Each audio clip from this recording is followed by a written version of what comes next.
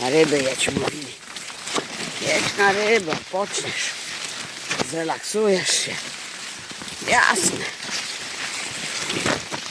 Na ryby. Maczeta mi się przydała, nie wędka. W tym polu kukurydzy. No ale trzeba przejść. No, ale czego się nie robi dla ryb. Pozdro z Hamburga. Nasze wyprawy ze szczupakami. Uwaga, uwaga.